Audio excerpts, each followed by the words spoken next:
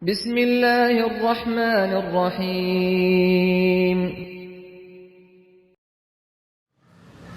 بسم الله الرحمن الرحيم السلام عليكم ورحمة الله وبركاته إن الحمد لله نحمده ونستعينه ونستغفره ونعوذ بالله من شرور أنفسنا وسيئات أعمالنا من يهده الله فلا مضل له ومن يضلل فلا هادي له أشهد أن لا إله إلا الله وحده لا شريك له وأشهد أن محمدا عبده ورسوله لا نبي بعده يا أيها الذين آمنوا اتقوا الله حق تقاته ولا تموتن إلا وأنتم مسلمون يا أيها الناس اتقوا ربكم الذي خلقكم من نفس واحدة وخلق منها زوجها وبث منهما رجالا كثيرا ونساء واتقوا الله الذي تساءلون به والأرحام إن الله كان عليكم رقيبا يا أيها الذين آمنوا اتقوا الله وقولوا قولا سديدا يصلح لكم أعمالكم ويغفر لكم ذنوبكم ومن يطع الله ورسوله فقد فاز فوزا عظيما أما بعد فإن أصدق الحديث كتاب الله وخير الهدي هدي محمد صلى الله عليه وآله وسلم وشر الأمور محدثاتها فإن كل محدثة بدعة وكل بدعة ضلالة وكل ضلالة في النار. Hadirin sidang jamaah yang sama berbahagia, alhamdulillah kembali kita bersyukur kehadirat Allah Subhanahu wa taala atas nikmat-nikmatnya. Salawat dan salam senantiasa tercurah kepada Nabi kita Muhammad sallallahu alaihi wa alihi wasallam. Pada pertemuan sebelumnya telah kita terangkan bagaimana proses pencabutan ruh orang beriman dan rohnya orang-orang kafir, yang mana Allah Subhanahu wa taala berfirman wan nazi'ati gharqa, demi yang mencabut ruh dengan keras, wan nasyitati nashta, dan demi yang mencabut ruh dengan lemah lembut. Siapa yang dicabut rohnya dengan sangat keras, itulah rohnya orang-orang kafir yang tidak ingin terpisah dengan dunia. Maka semakin kuat kekuatan cinta terhadap dunia, maka semakin berat ruh meninggalkan jasadnya. Nah, sementara orang-orang kafir adalah golongan manusia yang sangat mencintai dunia dan tidak ada kecintaannya kepada negeri akhirat.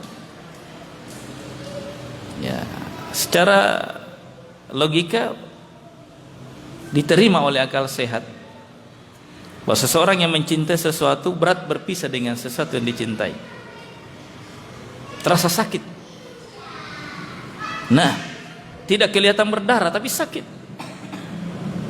Apalagi perpisahan untuk seterusnya, perpisahan yang tidak mungkin lagi ada pertemuannya, begitu berat. Oleh karena itu jemaah sekalian, Orang-orang kafir ketika mereka terpisah dengan keluarganya, terpisah dengan istrinya, terpisah dengan anaknya di dunia, itu adalah perpisahan yang kekal, yang tidak akan ada perjumpaan setelahnya.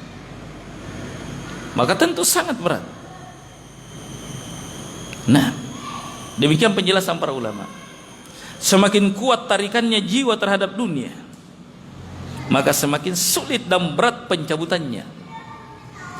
Adapun orang-orang beriman yang memang tujuannya adalah negeri akhirat, orang-orang beriman yang sadar kehidupan dunia adalah kesempatan berbekal untuk negeri esok, kecintaannya kepada Allah, negeri akhirat, surganya melebihi daripada cintanya dengan dunia. Mereka paham itu, sehingga proses pencabutannya lebih lembut, nah lebih mudah. Kita memohon kepada Allah Subhanahu wa taala semoga kita termasuk orang yang dicabut dengan lemah lembut. Amin ya Rabbal alamin. Caranya gimana? Jadikan negeri akhirat lebih kita cintai daripada dunia.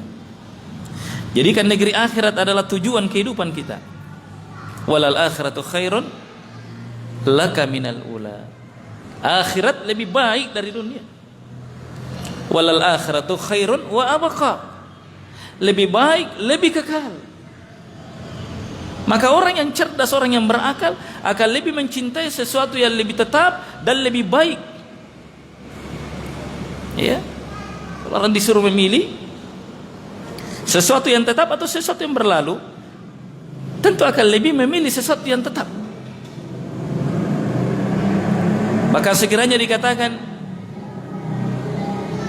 ada dua hal, ada dua benda yang satu kualitasnya lebih rendah dari yang lainnya, tapi dikatakan yang rendah ini kamu miliki seterusnya, sementara yang lebih baik kualitasnya kau hanya miliki sesaat, maka tentu orang yang berakal akan lebih memilih yang kualitasnya lebih rendah tapi dimiliki untuk seterusnya. Kan begitu? Misalnya ada dua HP, ada harga 1 juta, ada harga 10 juta. Yang 1 juta dimiliki seterusnya, kau punya.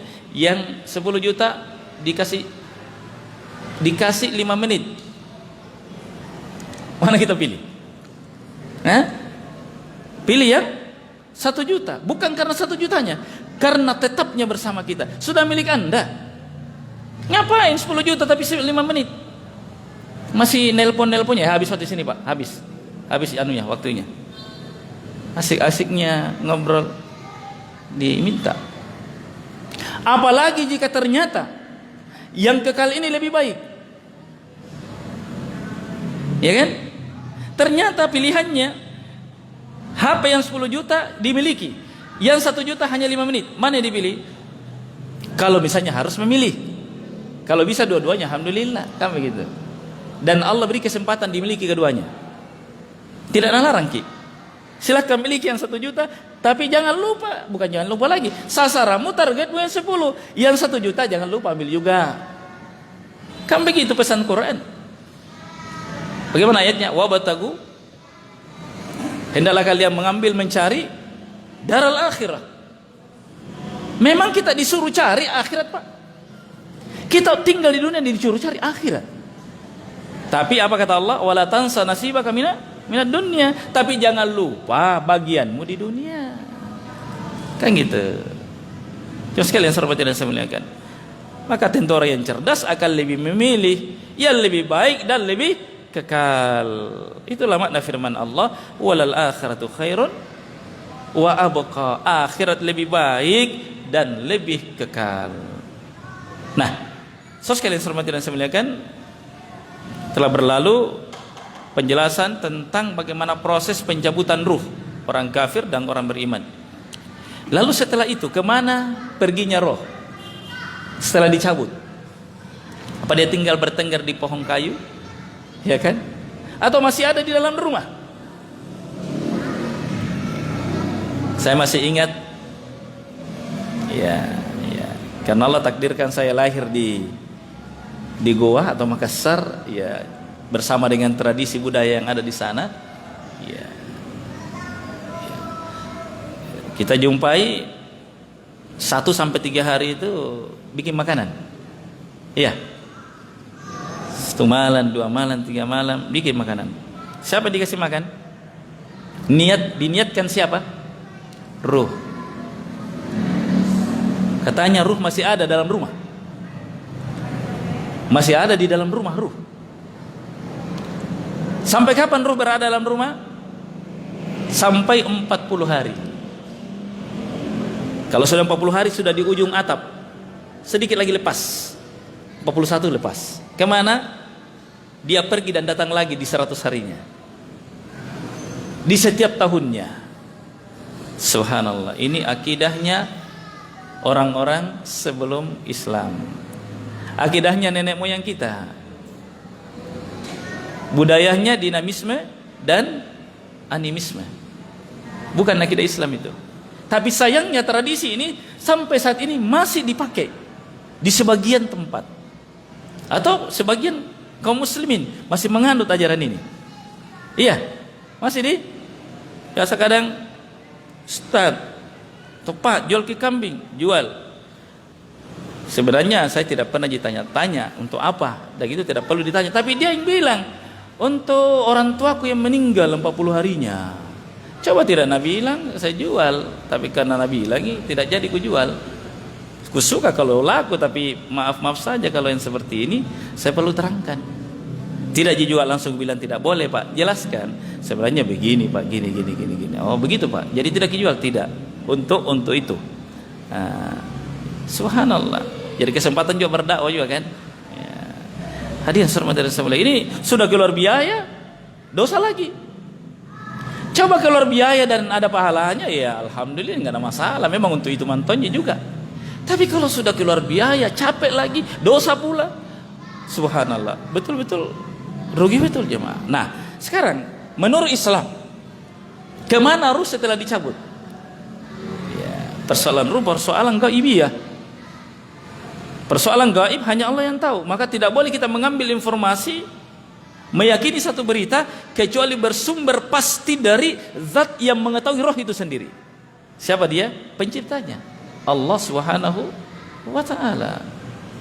La ya'lamul ghaiba illallah. Tidak ada yang mengetahui perkara yang gaib kecuali Allah saja. Termasuk urusan ruh. Kemana perginya setelah dicabutnya? Ya. Nabi saja Pak nggak tahu asalnya roh itu. Hakikatnya roh bagaimana? Enggak. Sekelompok Yahudi datang kepada Nabi sallallahu alaihi wasallam, bertanya kepada beliau tentang ruh. Wahai Muhammad, apa itu ruh? Kalau kita ditanya apa itu ruh, sulit jawabnya ya.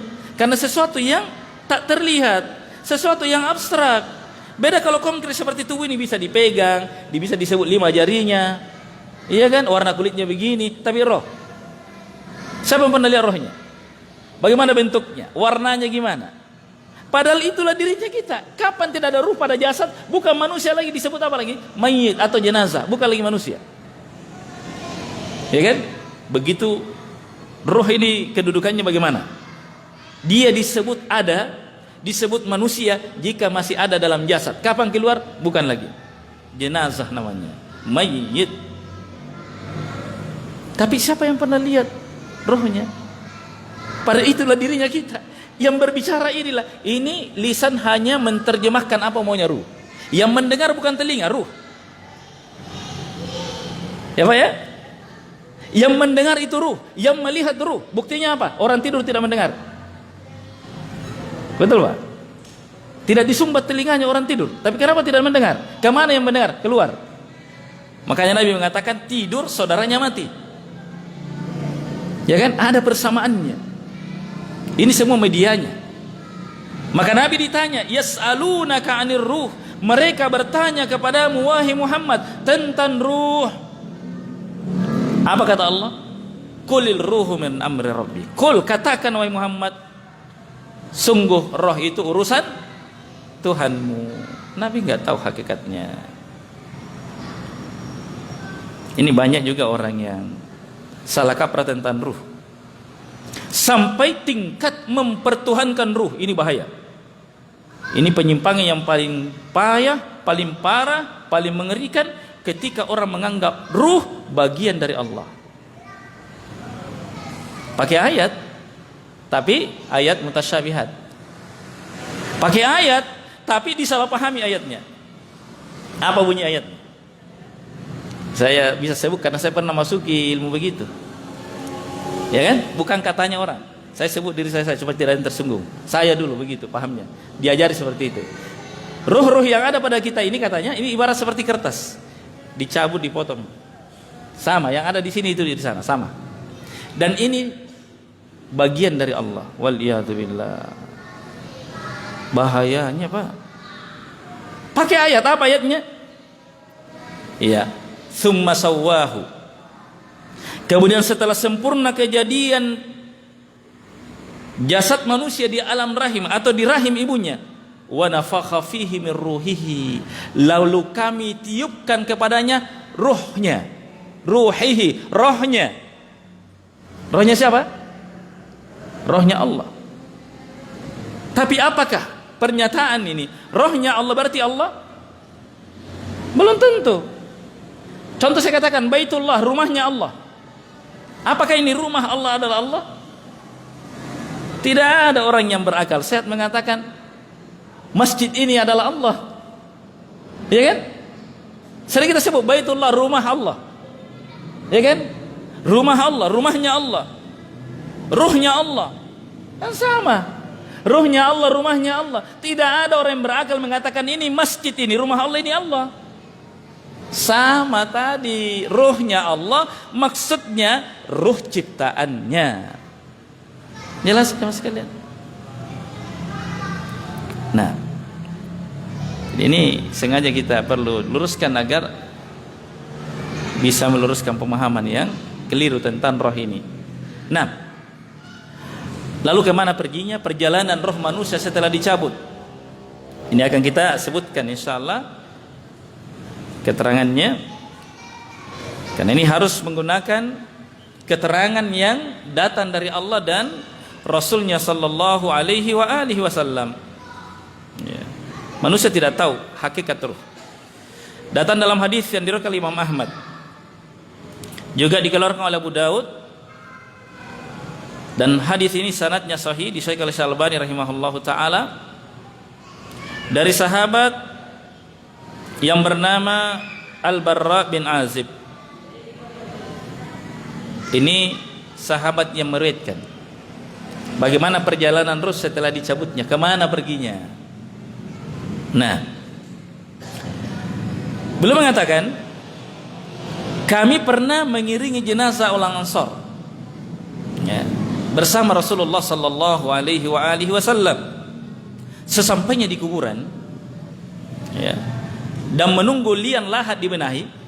Nah, ini juga penting. Kuburan telah diusung di kuburan. Maksud saya jenazah sudah sampai di kuburan, sementara liang lahat belum selesai, masih digali. Tradisinya kita kan, baku syukur-syukur sekarang ada telepon. Dulu nggak ada telepon, Pak. Ke sana dulu, naik motor kan, naik sepeda ke sana. Apa sudah selesai kuburannya? Kalau belum selesai jangan dulu dikasih mandi. Pamali beding. Siapa bilang pamali? Ini hadisnya. Sudah dibawa jenazahnya ke kuburan, sementara kuburannya belum selesai. Jadi sambil diletakkan jenazahnya ditunggu selesai proses penggalian. Berarti tidak ada pamali di situ. Boleh tidak? Boleh. Boleh saja. Nah, Bapak sekalian yang kami muliakan, sambil menunggu liang lahat dibenahi, Rasulullah sallallahu alaihi wasallam duduk menghadap ke arah kiblat. Duduk menghadap ke arah kiblat. Kami pun duduk di sekitar beliau sallallahu alaihi wasallam. Seolah-olah di atas kepala kami ini bertengger burung. Apa kira-kira maksudnya itu? Seolah-olah di atas kepala kami bertengger burung. Burung itu biasanya mau bertengger di tempat yang tenang, yang diam.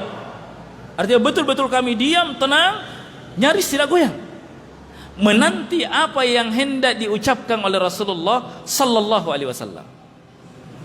Karena Nabi itu memberikan pengajian, pengarahan, pendidikan kepada sahabatnya kapan saja, di mana saja kalau tepat momennya. Dan ini bagus kita lakukannya Mas sekalian. Setiap kita bisa melakukan itu. di meja hidangan, ya kan? Di atas kendaraan. Kapan sahabat berkumpul, Nabi beri kesempatan, kasih ilmu. Ini sedang di kuburan. Ini salah satu mungkin dalil alasan sebagian di antara saudara-saudara kita kalau sudah dikuburkan memberikan petua, nasihat agama. Walaupun itu tidak harus. Tapi yang pasti tidak ada petunjuk Nabi SAW mengajari orang mati. Itu yang tidak pasti, tidak ada itu, mengajari orang mati. Apa maksudnya mengajari orang mati, Ustaz? Mentalkini orang mati. Enggak ada itu. Masih ada yang seperti itu di pekuburan kita kaum muslimin? Masih banyak? Bahkan lebih duluan di sana sudah dengan payungnya, lengkap dengan buku bacanya. Nah, siap-siap baca talqin. Subhanallah. Yang dikhawatirkan yang mentalkin sendiri tidak tahu apa yang diajarkan kepada orang mati. Kan bahasa Arab ke. Apa yang nakanan aja supaya tuan lah. Baik, jemaah sekalian, saya hormati dan saya muliakan. Lalu kemudian di tangan Nabi sallallahu alaihi wasallam ada ranting. Ya, ada ranting yang dipegang oleh Nabi sallallahu alaihi wasallam. Beliau tusukkan ke dalam tanah, ditancapkan. Tancap rantingnya. Ya. Lalu kemudian beliau menengadah ke langit. Kadang Nabi diperlihatkan sesuatu yang tidak dilihat oleh manusia pada umumnya.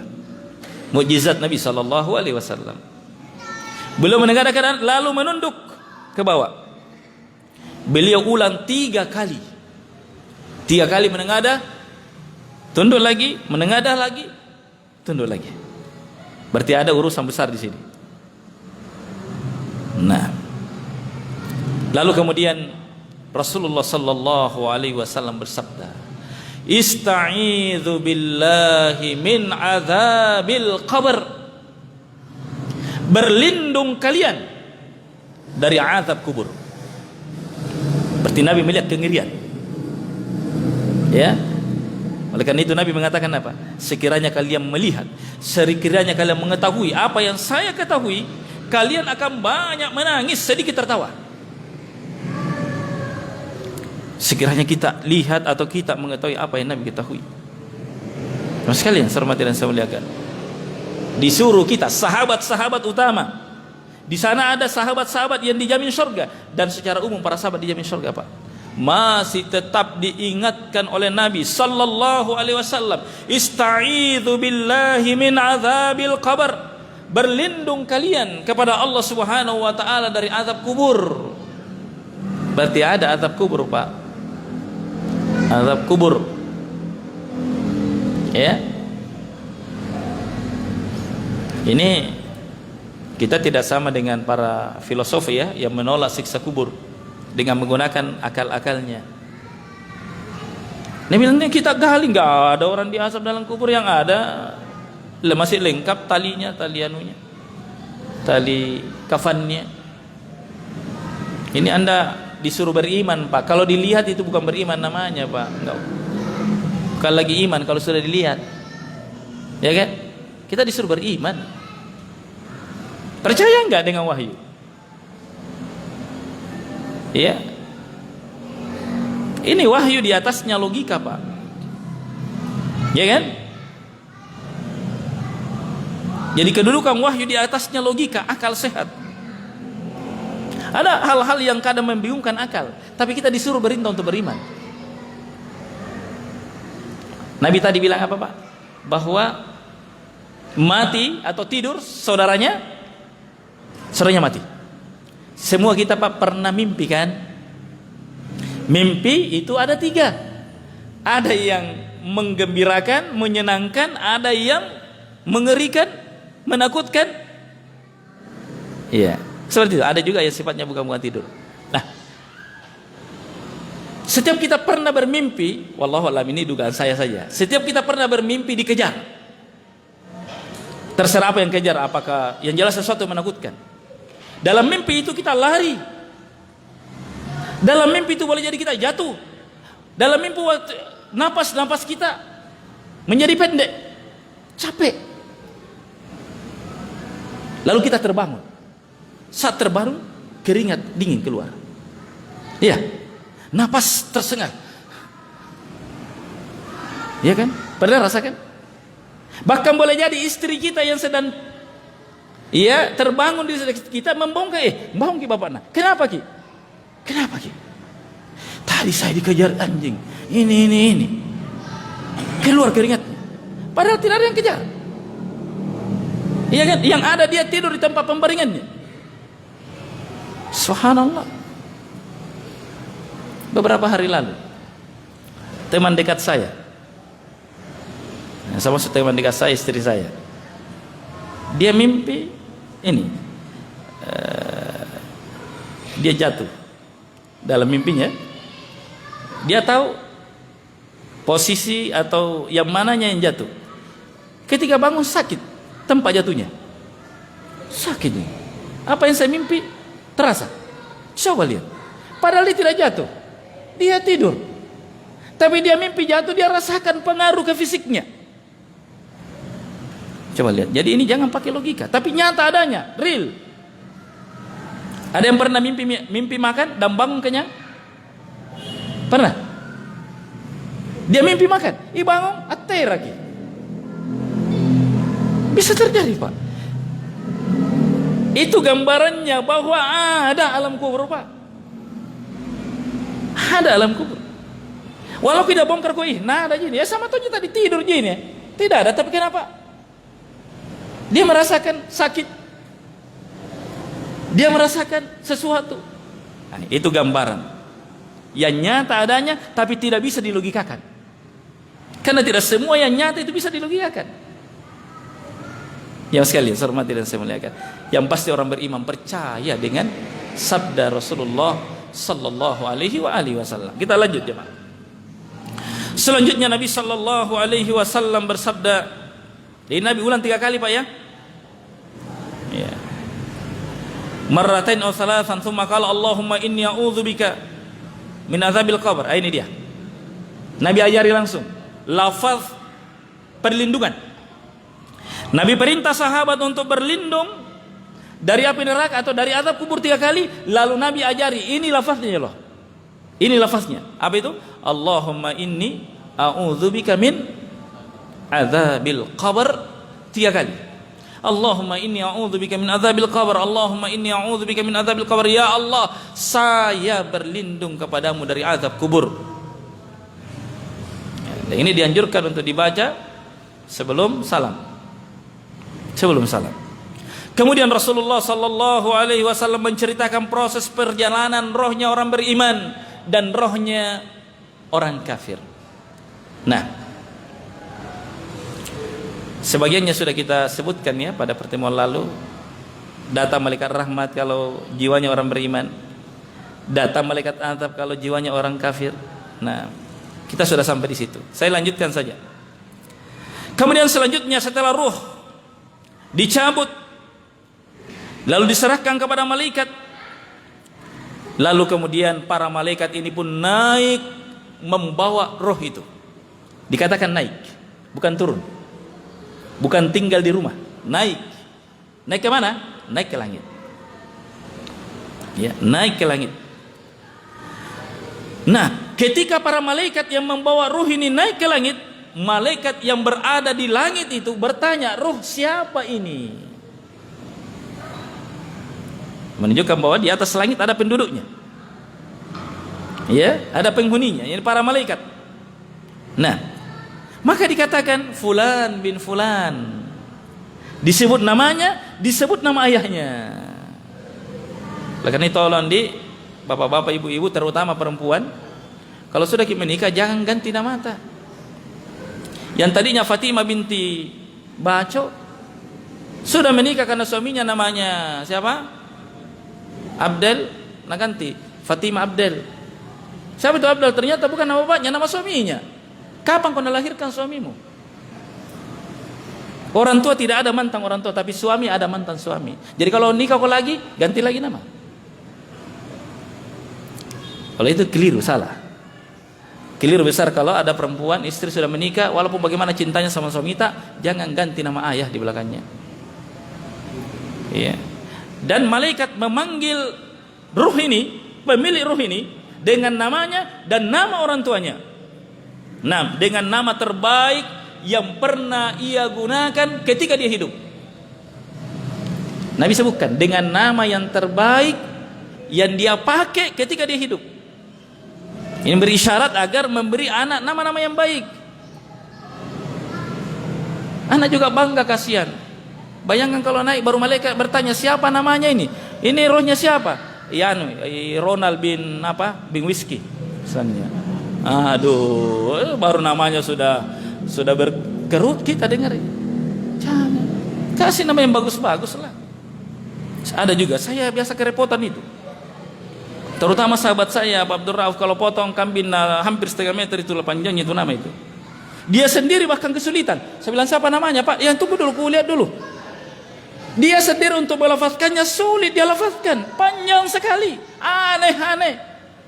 Sebentar panjang dipanggil pendek di, ya kan? Del, dul, ya kan? Bora, padahal panjangnya tadi sekalinya dipanggil jadi pendek. Ini salah. Kasih nama yang simpel, mudah disebut dan sempurna saat menyebutnya. Ini sudah panjang disebut pendek lagi.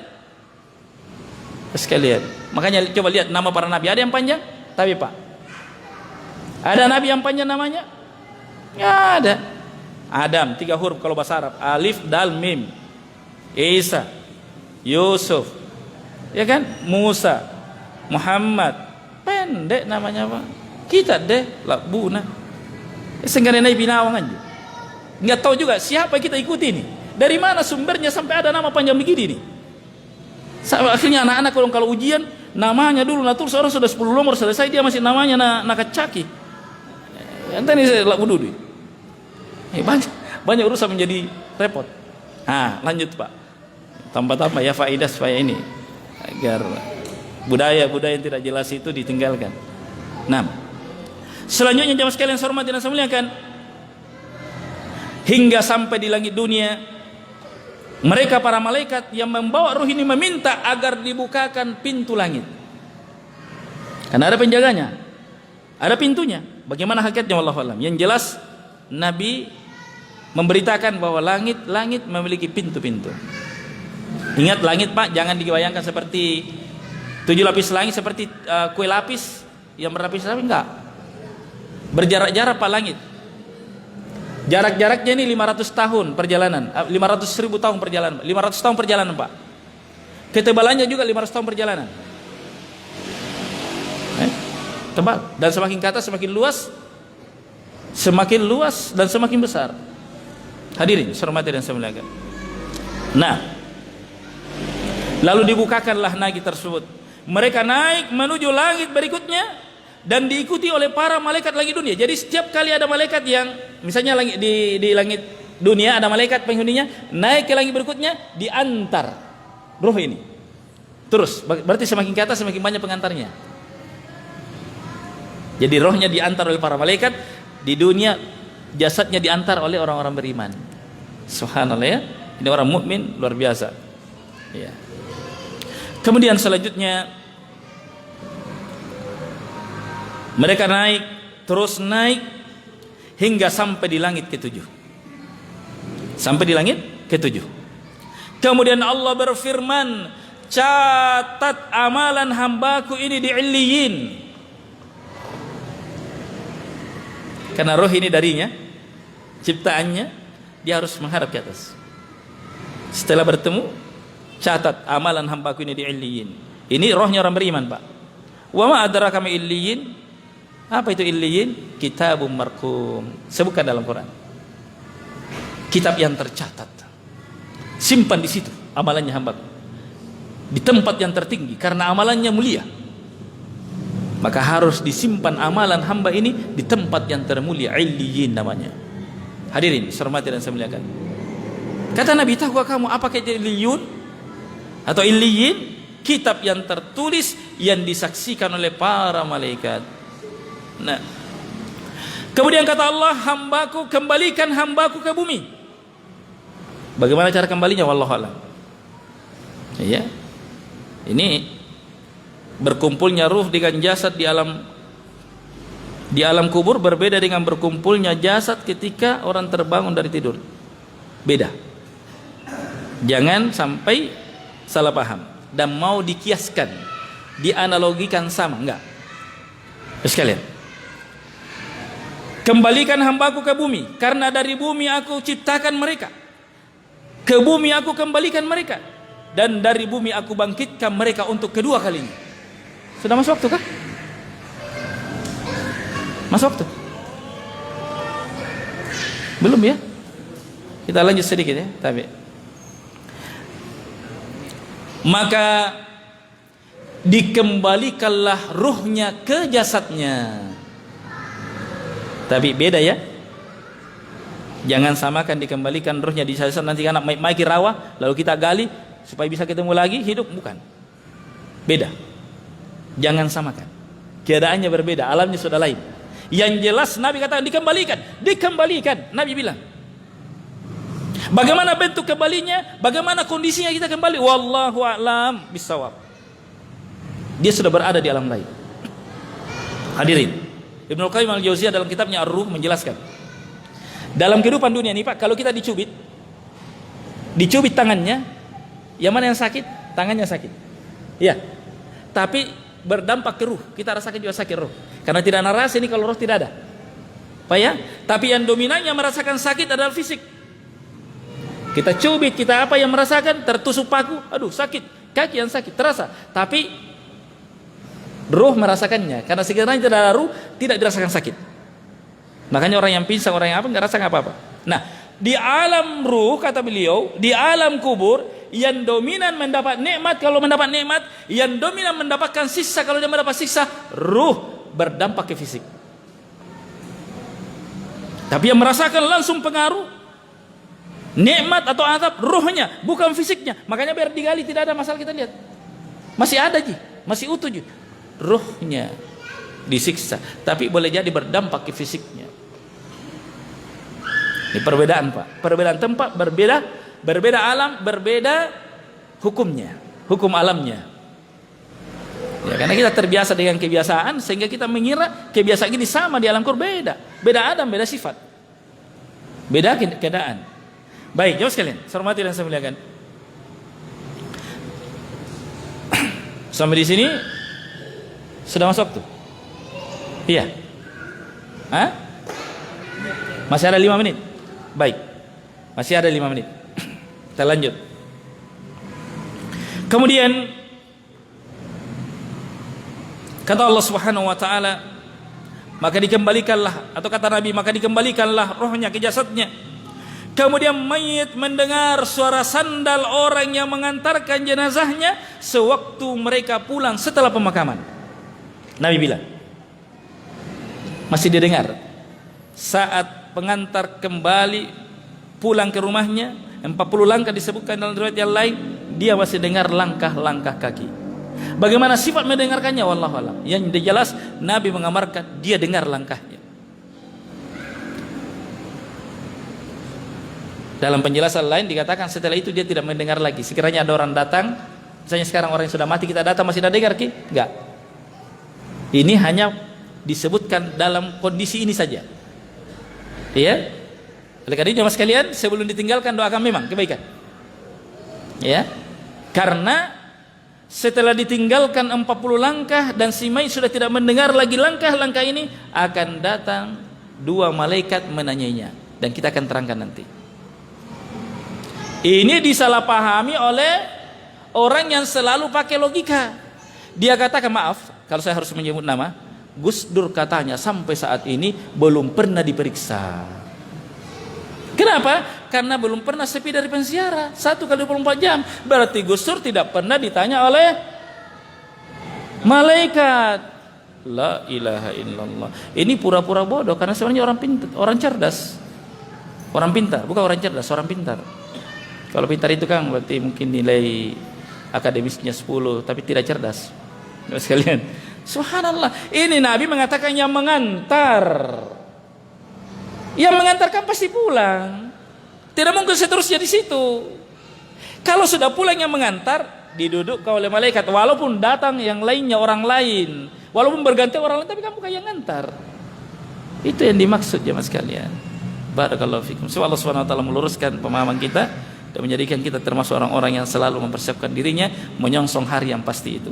Subhanakallahumma bihamdika nasyhadu an la ilaha illa anta nastaghfiruka wa natubu ilaika wa akhiru da'wana alhamdulillah. Assalamualaikum warahmatullahi wabarakatuh.